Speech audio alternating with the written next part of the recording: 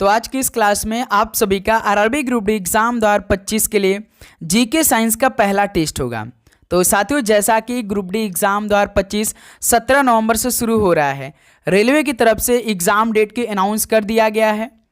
तो टेस्ट देना आपके लिए कितना ज़रूरी है, जो आप इस टाइम पढ़ रहे हैं, जो आप तैयारी कर रहे हैं ग्रुप डी एग्ज़ाम 2025 के लिए, तो टेस्ट से आपको ये मालूम होगा कि आपकी तैयारी किस लेवल की चल रही है और हम कितने पानी में हैं, क्या टेस्ट वाले प्रश्न हमसे सॉल्व हो पा रहे हैं या नहीं।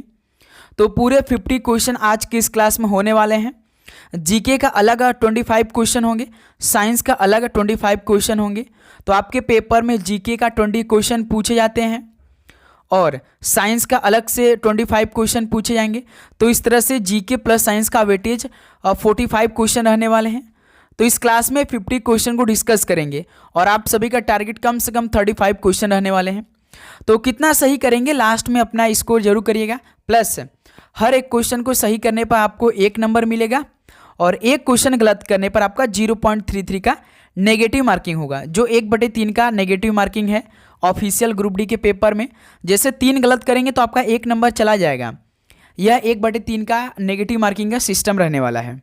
ठीक है, तो कितना सही करेंगे लास्ट में अपना स्कोर जरूर करिएगा। जैसे जीके साइंस के अलावा सबसे अधिक वेटेज तो रीजनिंग का रहता है 30 क्वेश्चन। इसके अलावा 25 क्वेश्चन मैथ के भी पूछे जाते हैं। Total 55 question reasoning plus math का वेटेज रहने वाला है। जीके साइंस का 45 वेटेज रहने वाले हैं। तो इस तरह से आपका पूरे 90 मिनट का पेपर होने वाला 17 नवंबर से। तो चलिए दोस्त, इस क्लास को स्टार्ट करते। लास्ट में अपना स्कोर करिएगा कि आप सभी का टोटल 50 क्वेश्चन में से कितना स्कोर रहा। एक क्लास देखिए सुबह 8 बजे आ रही है, दोपहर 12:30 पे और एक शाम 6:30 पर। ये डेली क्लास की टाइमिंग हो रही है। तो चलिए दोस्त, आज के पहले प्रश्न को हल करते हैं। लास्ट में अपना स्कोर जरूर करिएगा। ठीक है, देखिए, प्रारंभ में भारतीय संविधान की 8वीं अनुसूची में कितनी भाषाएं शामिल की गई। सबसे पहले भारतीय संविधान की जो 8वीं अनुसूची है, इसमें कितनी भाषाएं शामिल की गई। तो 8वीं अनुसूची कब लागू किया गया था? 1950 में शामिल किया गया था, लागू किया गया था। तो स्टार्टिंग में 14 भाषाएं शामिल थी। तो ऑप्शन यहाँ से बिल्कुल राइट आंसर हो जाएंगे। तो आप सभी से एक सवाल पूछता है, 1992 में कितनी भाषाएं शामिल की गई थी, यही सीधे सवाल पूछता है। तो 1992 में 3 भाषाएं शामिल की गई थी। पहली भाषा थी कोंकणी, ये आप याद रखिएगा। जैसे पूछ लेता है कि कोंकणी भाषा किस वर्ष में शामिल किया गया, तो 1992 में शामिल किया गया। उसके बाद मणिपुरी भाषा, ये भी 1992 में शामिल किया गया था। और एक आपका नेपाली भाषा, ये तीनों भाषाएं 1992 में शामिल किया गया था। ठीक है, और वर्तमान में टोटल 22 भाषाएं शामिल है, ये भी याद रखिएगा आप लोग। जैसे साथी 92वां संविधान संशोधन हुआ था 2003 में, तो इसमें जैसे कि बोडो, डोंगरी, मैथिली और संथाली भाषा जोड़ी गई थी। ठीक है, और ये आपका आर्टिकल 344 पहले और आर्टिकल 351 में शामिल किया गया है। तो याद रखिए साथी, प्रारंभ में भारतीय संविधान की 8वीं अनुसूची में 14 भाषाएं शामिल की गई। ऑप्शन यहां से बिल्कुल राइट आंसर हो जाएंगे। चलिए अगला सवाल कॉल करिएगा, क्वेश्चन नंबर 2 को। भारत के किस गवर्नर जनरल ने हड़प नीति तैयार की? बताइए, भारत के किस गवर्नर जनरल ने हड़प नीति तैयार की? तो याद रखिएगा, लॉर्ड डलहौजी ने तैयार की थी, जो कि साथी 1848 में। ऑप्शन यहां से क्या बनेगा, बिल्कुल परफेक्ट आंसर हो जाएंगे। ठीक है, चलिए नेक्स्ट अगला सवाल कॉल करिएगा, क्वेश्चन नंबर 3 को। निम्नलिखित में से कौन सा चारों वेदों में सबसे पुराना और सबसे बड़ा है? बताइए, कौन सा चारों वेदों में सबसे पुराना और सबसे बड़ा है? तो आपको मालूम होना चाहिए दोस्त, ऋग्वेद है। ऑप्शन यहाँ से बिल्कुल परफेक्ट आंसर हो जाएंगे। जैसे साथ ही हम अथर्ववेद की बात करते हैं, तो अथर्ववेद में सबसे वादक वेद है, यंत्र है, वशीकरण इसमें है, धर्म, अर्थ, काम और मोक्ष के सभी अंगों का वर्णन किया गया है। ठीक है, अथर्ववेद में। और साथ ही यजुर्वेद की बात करेंगे। यजुर्वेद का आपको मालूम होना चाहिए, इसमें यज्ञ और कर्मकांड से संबंधित होता है। गद्य और पद दोनों में मंत्रों का संग्रह माना जाता है। आपसे सवाल पूछता है ना कि गद्य और पद दोनों में मंत्रों का संग्रह किसे माना जाता है, किस वेद को माना जाता है, गद्य और पद? तो यजुर्वेद को माना जाता है। ओके, इसे 2 भागों में विभाजित किया गया है। यजुर्वेद को 2 भागों में विभाजित किया गया है, कृष्ण और एक कौन सा, शुक्ल, इन दोनों में बांटा गया है। तो इस सवाल का साथी ऑप्शन है बिल्कुल परफेक्ट आंसर हो जाएंगे। ठीक है, चलिए अगला सवाल कॉल करिएगा क्वेश्चन नंबर 4 को।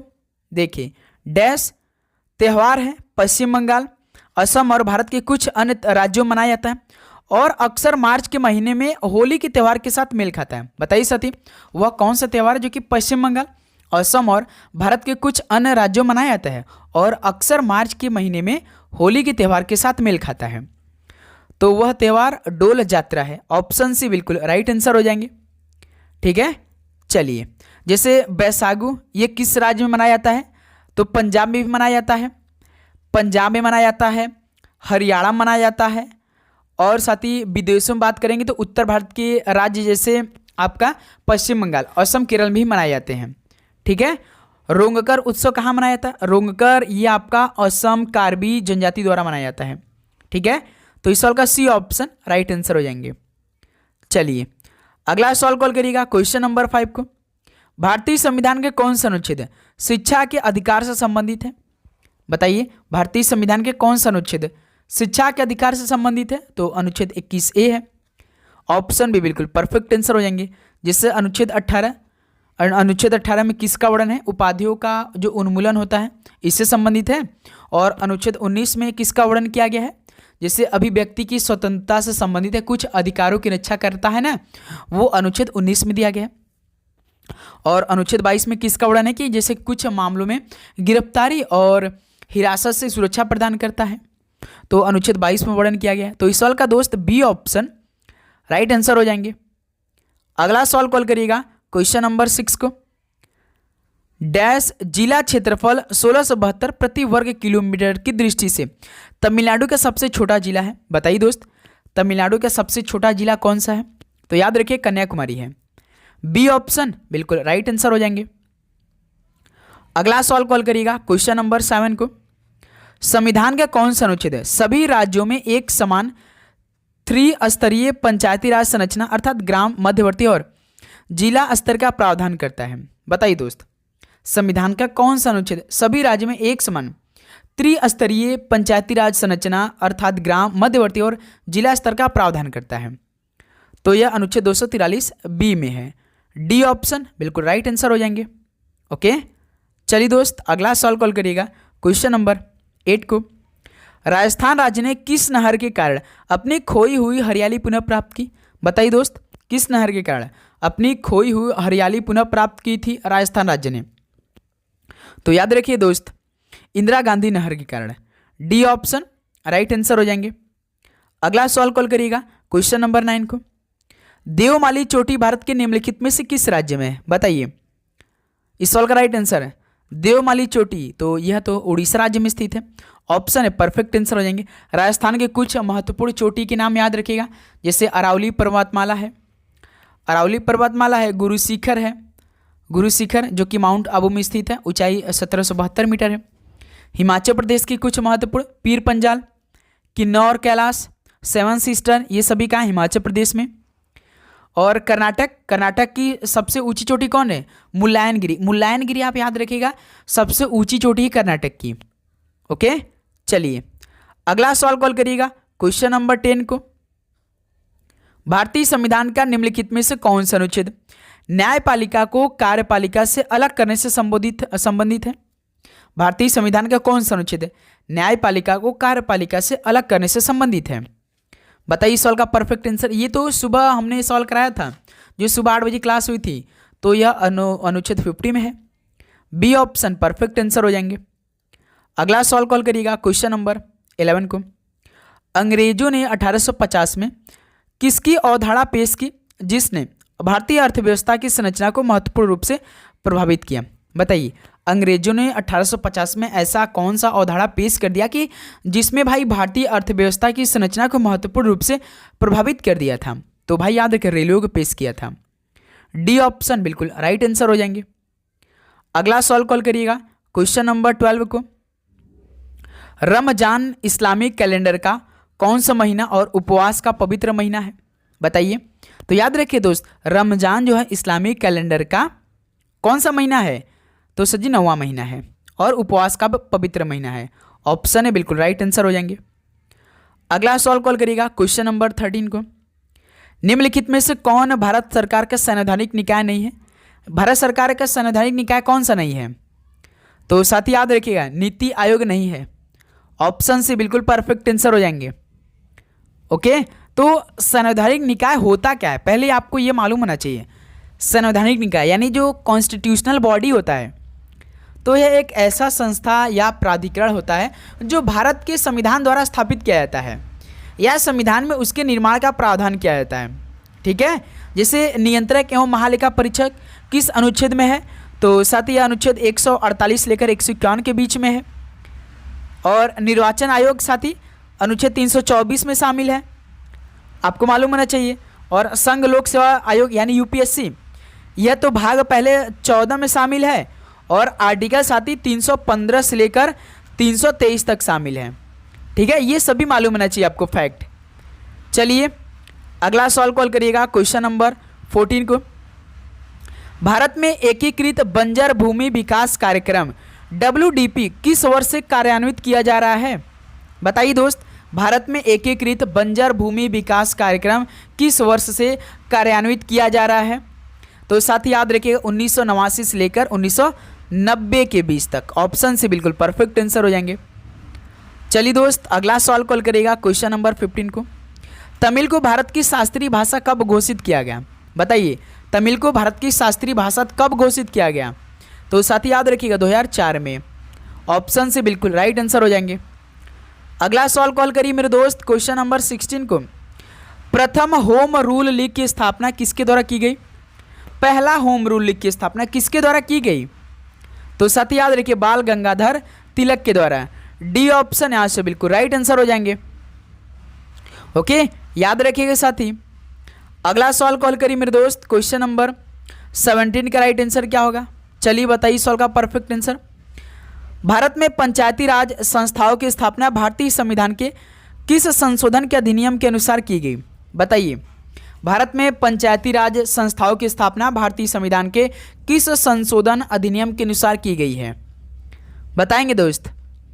जैसे 42वां संशोधन अधिनियम, बताइए आपातकाल के दौरान हुआ था 1976 में, है ना मेरे दोस्त। 97वां 1987 में हुआ था, आपको मालूम होना चाहिए।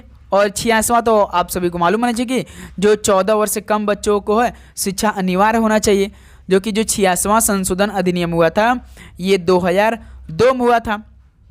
एक बच्चा कौन 73वां संशोधन अधिनियम हुआ, जो कि साथ ही भारत में पंचायती राज संस्थाओं की स्थापना भारतीय संविधान के अनुसार की गई है। डी ऑप्शन परफेक्ट आंसर हो जाएंगे। अगला सवाल कॉल करिए दोस्त क्वेश्चन नंबर 18 को। अतीत में हुई वह लागत जो भविष्य में वसूल नहीं की जा सकती वह क्या कहलाती है? अतीत में हुई वह लागत जो भविष्य में वसूल नहीं की जा सकती क्या कहलाती है? तो साथ ही याद रखिए विफल लागत कहलाती है। डी ऑप्शन परफेक्ट आंसर हो जाएंगे। अगला सवाल कॉल करिए क्वेश्चन नंबर 19 को। गोसी खुर्दा राष्ट्रीय सिंचाई परियोजना निम्नलिखित में से किस राज्य से संबंधित है? बताइए, गोसी खुर्दा राष्ट्रीय सिंचाई परियोजना किस राज्य से संबंधित है? तो सर जी महाराष्ट्र से। डी ऑप्शन परफेक्ट आंसर हो जाएंगे। अगला सवाल कॉल करिएगा क्वेश्चन नंबर 20 को। भारत में मैंगो वर्षा की घटना किस ऋतु से संबंधित है? बताइए, भारत में मैंगो वर्षा की घटना किस ऋतु से संबंधित है? तो साथ ही याद रखिए ग्रीष्म ऋतु से। बी ऑप्शन परफेक्ट आंसर हो जाएंगे। चलिए दोस्त अगला सवाल कॉल करिए क्वेश्चन नंबर 21 को। सोहन सिंह भाकना 1913 में संयुक्त राज्य अमेरिका में भारतीय द्वारा स्थापित किसके पहले अध्यक्ष थे? किस पार्टी के पहले अध्यक्ष थे सोहन सिंह भाकना 1913 में? तो साथ ही याद रखिए गदर पार्टी के। बी ऑप्शन परफेक्ट आंसर हो जाएंगे।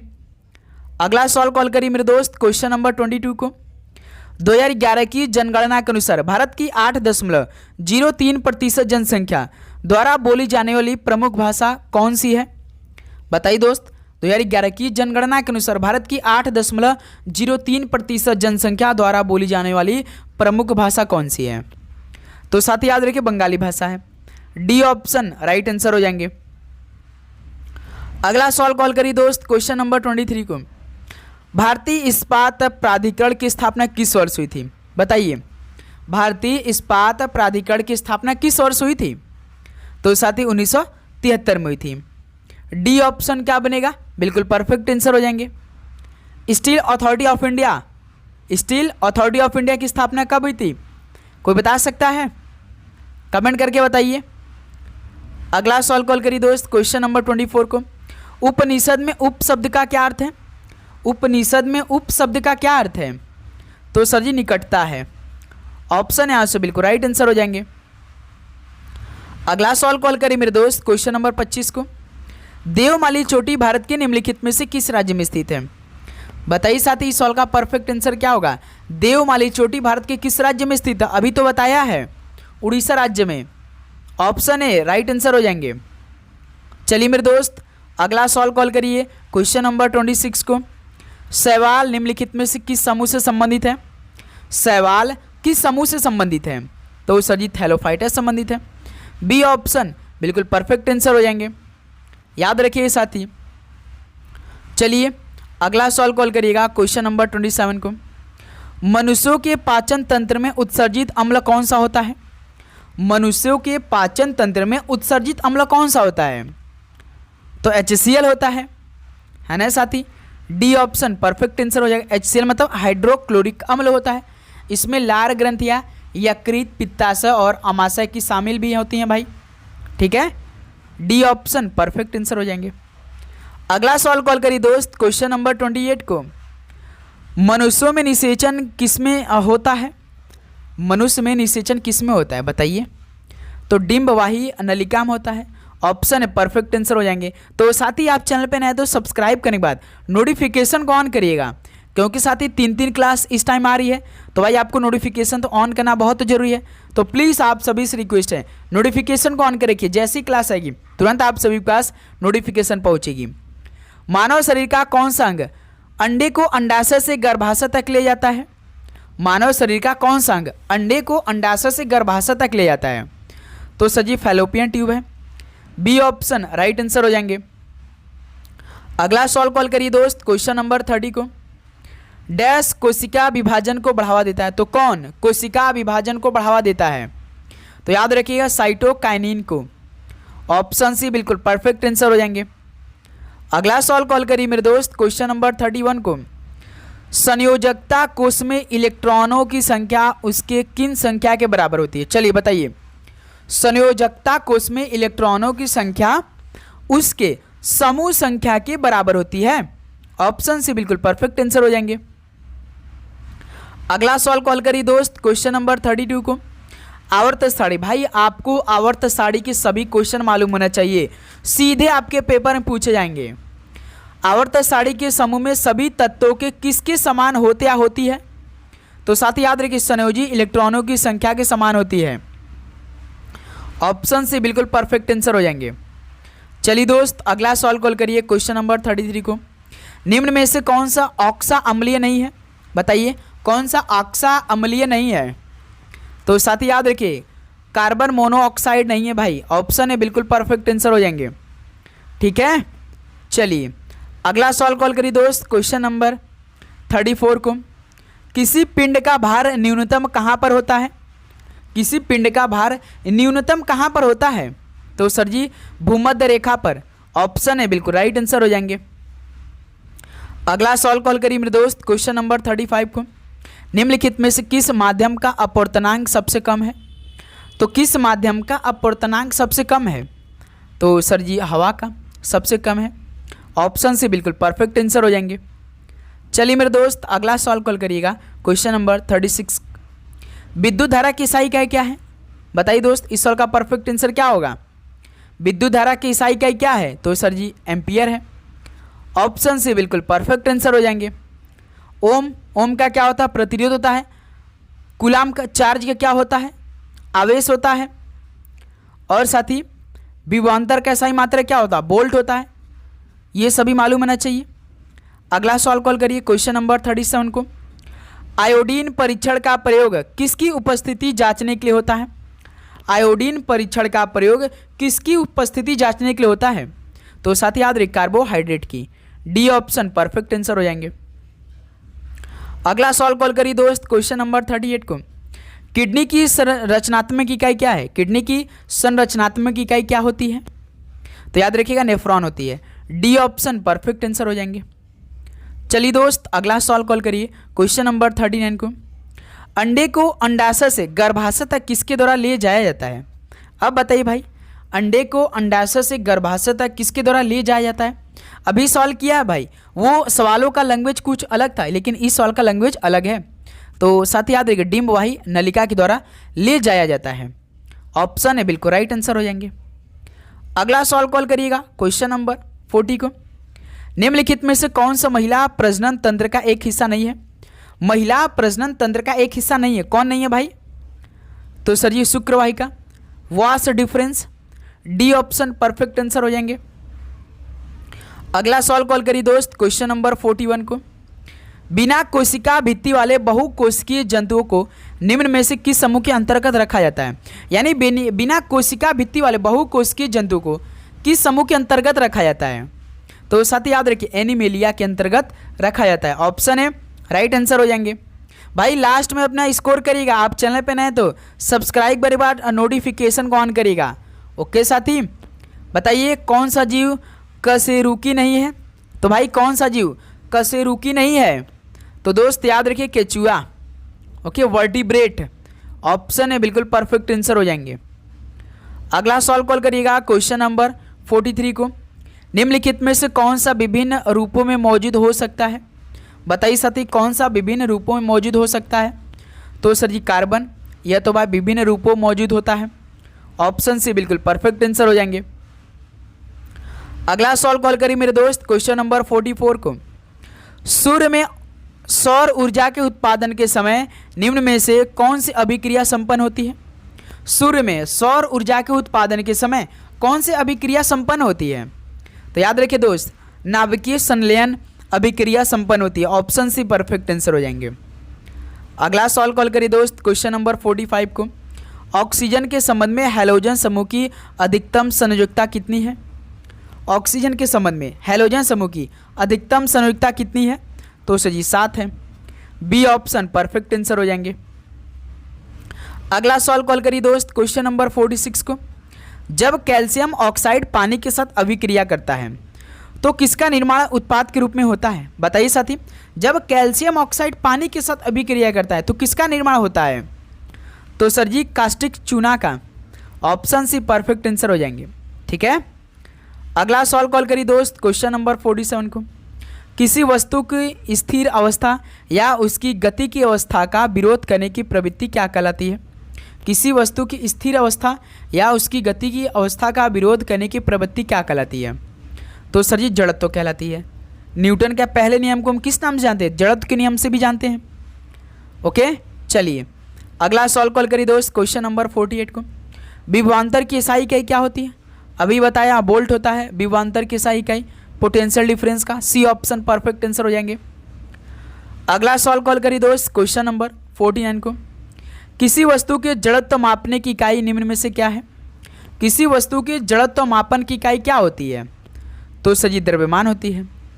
ऑप्शन है बिल्कुल परफेक्ट आंसर हो जाएंगे। चलिए दोस्त लास्ट क्वेश्चन आज की इस क्लास का आप सभी बताएंगे। निम्नलिखित में से कौन सी ऊर्जा सदैव धनात्मक होती है?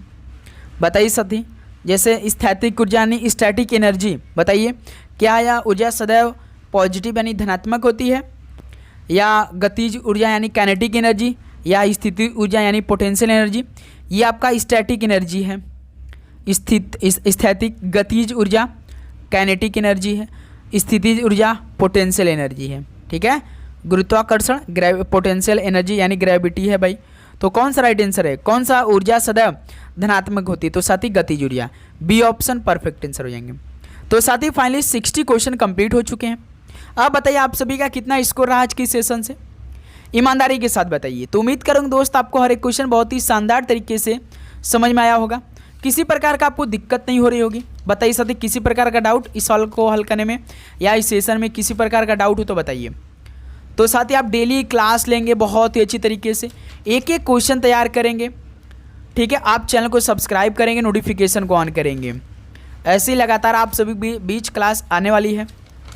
तो चलिए भाई इस क्लास को यहीं पर समाप्त करते हैं।